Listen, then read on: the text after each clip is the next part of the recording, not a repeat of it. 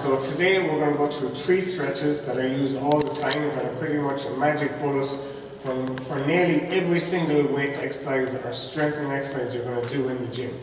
So when it comes to stretching, static stretching, so few of the static stretches that you do actually make any difference towards helping you get better technique in your strength training exercises. So while there's numerous stretches out there that help you feel a stretch in whatever muscle it might be, very few of them actually make a difference towards getting better technique in the exercises you use in the gym.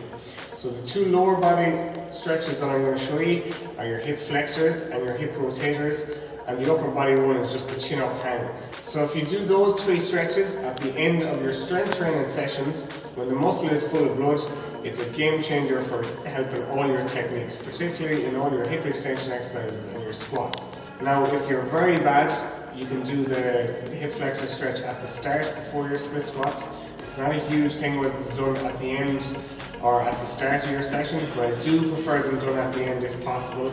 Alright, so the first stretch is your hip flexor. So just put a cushion or a mat at the edge of your couch. So say that's your couch or your chair or whatever, your box in the gym. And then go down on all fours, start in that position down on all fours.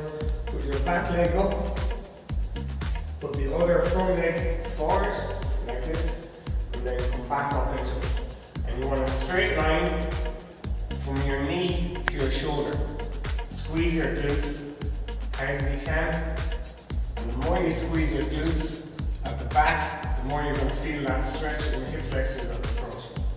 You want to make it a little bit harder, put your hands up overhead like that. And that's the #1 stretch we do with all our clients in the gym for the last 5 years, and it's had a massive impact on how fast our clients can learn barbell squats, kettlebell squats, goblet squats, split squats so much faster because they have more flexibility in their hip flexors, and it ends up being far easier to make their glutes and hamstrings stronger. When their hip flexors aren't tight at the front, they can contract their glutes and hamstrings far harder at the back, and a harder contraction leads to more strength progress in nearly every muscle you're training. So I would hold that for a minute either side at the end of all your strength training sessions.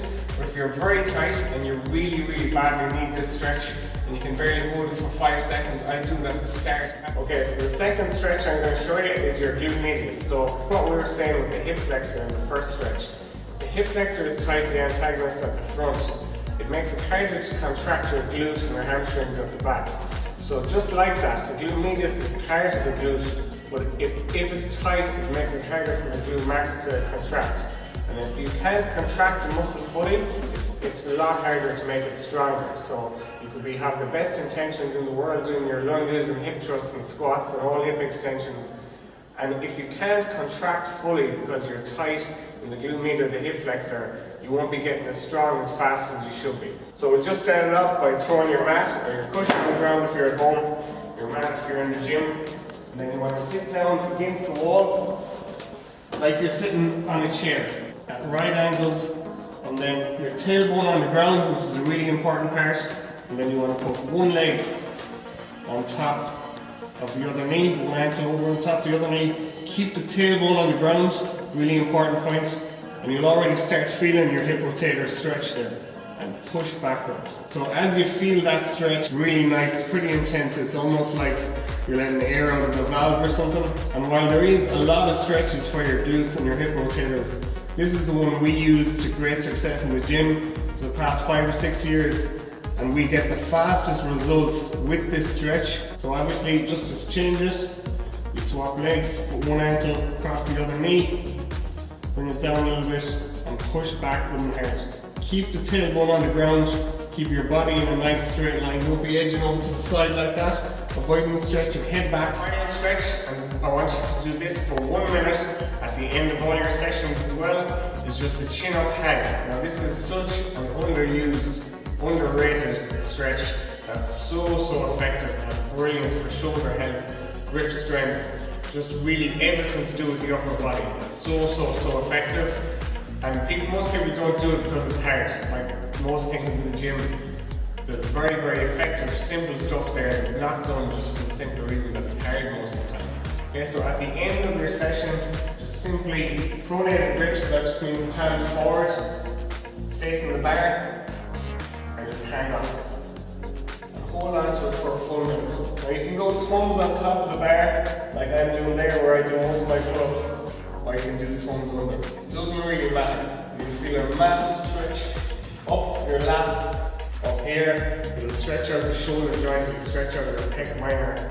If your back shoulder health, that's one of the best things you can do. So after you do your upper body strength training exercises and you've plenty of blood in the muscles in the upper body, just simply hang off the chin apart for a minute at the end of all your sessions. Reduce the chance of injuries, strengthen all the ligaments, tendons and muscles, not to mention your grip strength as well. Okay, so those are your 3 stretches that make a huge difference to your techniques in all of your strength training exercises. I recommend doing them, like I said, for 1 minute at the end of all your sessions, 1 minute per leg, and then 1 minute of the chin-up pad. And that's how we get our clients progressing so quickly in technique and strength in all the strength training movements. So if you're particularly tight, do this hip flexor stretch at the start of your sessions. Whether you do them at the start, middle or end of the session, people like to lose their minds debating that. We recommend doing it at the end, but if you do have to do it at the start, it's not a huge deal. So thanks for watching, and back with more tips tomorrow.